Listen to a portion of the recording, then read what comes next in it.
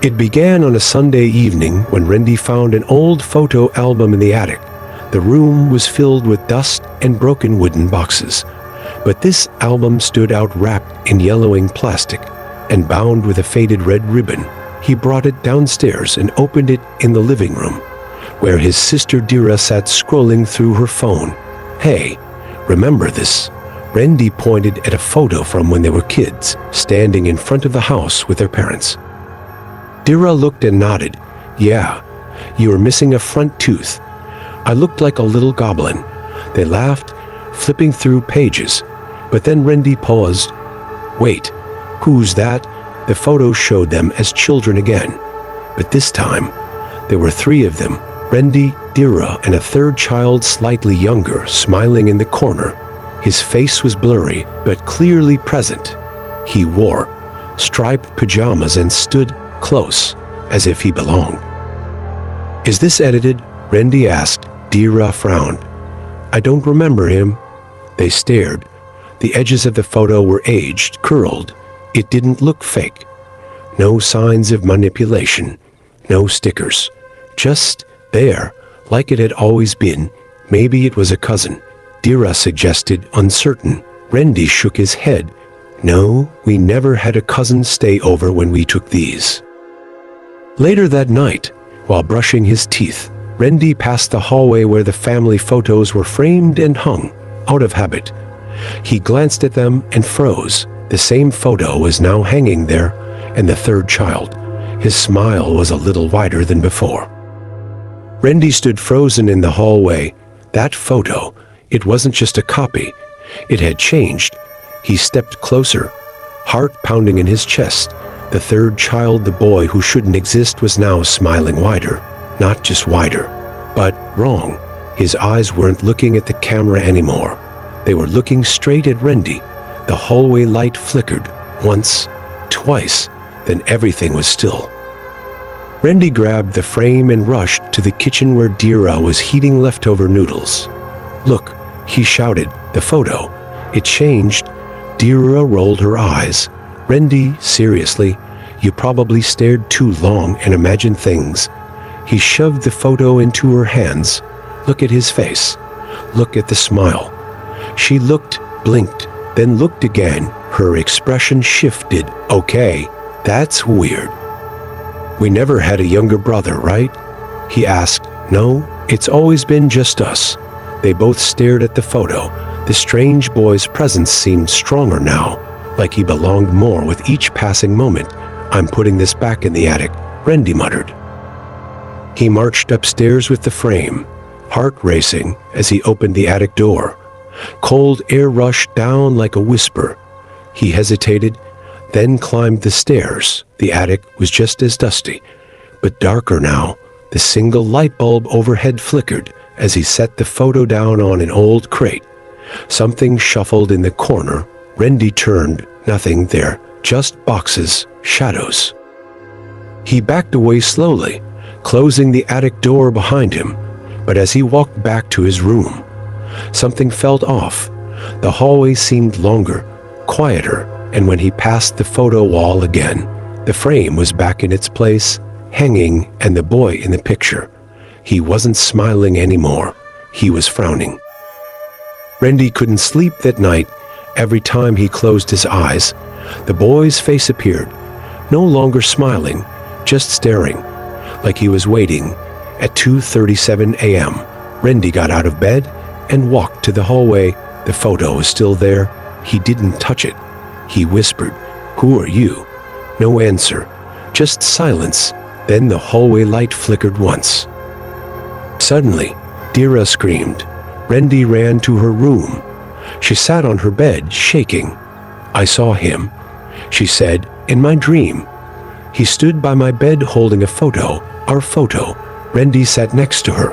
"We have to ask Mom and Dad," he said. "Maybe they remember something." But their parents were out of town until Sunday. "I don't want to sleep alone," Dira whispered. They stayed in the living room with the lights on. Randy searched online. He typed, "Child appears in old family photo." Most were ghost stories, but one result stood out. The forgotten child. if you remember him. He comes back. He clicked it. The screen turned black with white text. A family forgot their youngest child. He faded from memory until a photo brought him home. Once he is seen, he remembers you too. Suddenly, they heard tapping, not on the door, but on the wall. Soft, repeated.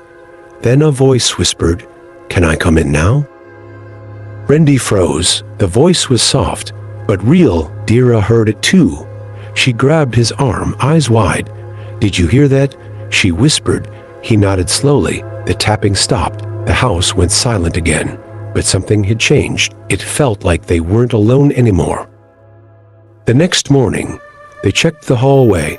The photo was still there, but now the boy's head was slightly turned, not facing forward like before. He was looking to the side as if watching someone off the frame. Dira reached out to cover the photo with a cloth. "Let's not look at it again," she said. That afternoon, while looking for something in the storage room, Randy found a door they had never noticed before. It was small, at the end of the hallway near the back stairs. The door had no handle, only a keyhole. He called Dira. "Was this door always here?" "No," she said. "I've never seen it." The wood looked old, different from the rest of the house. There were strange carvings around the frame, almost like symbols. They tried opening it, but it was locked tight. That night, Dira dreamed again. In her dream, the boy stood in front of the small door. He turned to her and said, "You locked me out, but I remember everything now." She woke up screaming. Randy sat beside her. "We need to find out who he is," he said, "before he finds a way back in." The next day, Randy searched through the attic again. He was looking for anything: papers, letters, clues. In a dusty box marked 1998, he found an old notebook. Inside, there were pages written in their mother's handwriting. Notes, family schedules, memories, and then a page titled Rio, March 12th. Underneath was a photo, a baby, chubby cheeks, wide smile, same striped pajamas. Underneath was a photo, a baby, chubby cheeks, wide smile, same striped pajamas. Randy's chest tightened. He ran downstairs. "Dira, look," he said, handing her the notebook. She flipped the pages and froze. "Rio," she whispered. "Why don't we know this?" There was no mention of Rio anywhere else in the house. No baby pictures on the wall. No stories. No memory. It was like their parents had erased him. They waited for night to fall, and again, they stayed in the living room. This time, the tapping started earlier, not soft now, louder, faster. Then, the locked door at the end of the hall creaked, just a little, enough to show a thin crack of darkness. Randy grabbed a flashlight. He walked slowly toward it, but before he reached the door, it slammed shut on its own. From behind it, the voice spoke again, this time clearer. "You forgot me, but I'm still your brother." Dira whispered in fear, "If we forgot him, maybe he wants to make us remember the hard way." That night, they couldn't sleep. Randy sat with the flashlight in his lap. Dira held the notebook tightly. At exactly 3:12 and the same time written in Rio's note, the locked door clicked, slowly, then creaked open. Cold air rushed into the hallway. The light above them dimmed, and from the darkness beyond the door, footsteps began, small, barefoot, coming closer.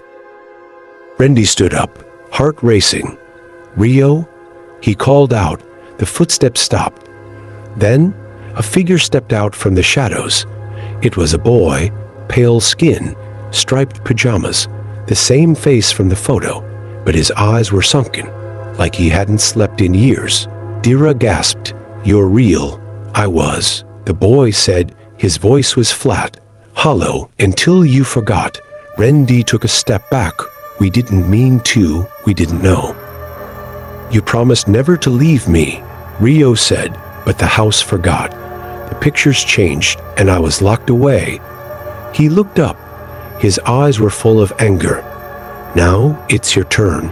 Suddenly, the door behind him swung wide open. Darkness pulled like a wind. The hallway twisted. The lights burst one by one.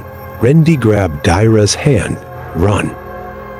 They ran toward the front door, but the house began to shift. The walls stretched. The photos on the wall melted, and every single one now showed 3 children: Randy, Dira, and Rio. Only now, Rio was in the center, smiling wide. Randy and Dira reached the front door, but it wouldn't open no matter how hard they pulled. It stayed shut behind them. Rio's footsteps echoed closer, slow, calm, inevitable. "I don't want to hurt you," his voice said. "I just want to be remembered." Randy turned around. "Then tell us the truth. Who locked you away?" Rio stopped at the base of the stairs, his pale face twisted with sadness. "Mom and Dad," he said, "they said I was sick, that I talked to things that weren't there.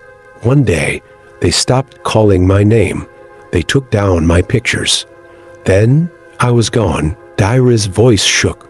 "Why can't we remember?" "Because they made you forget," Rio whispered. "But now the house remembers, and I'm part of it." The walls around them pulsed, as if breathing.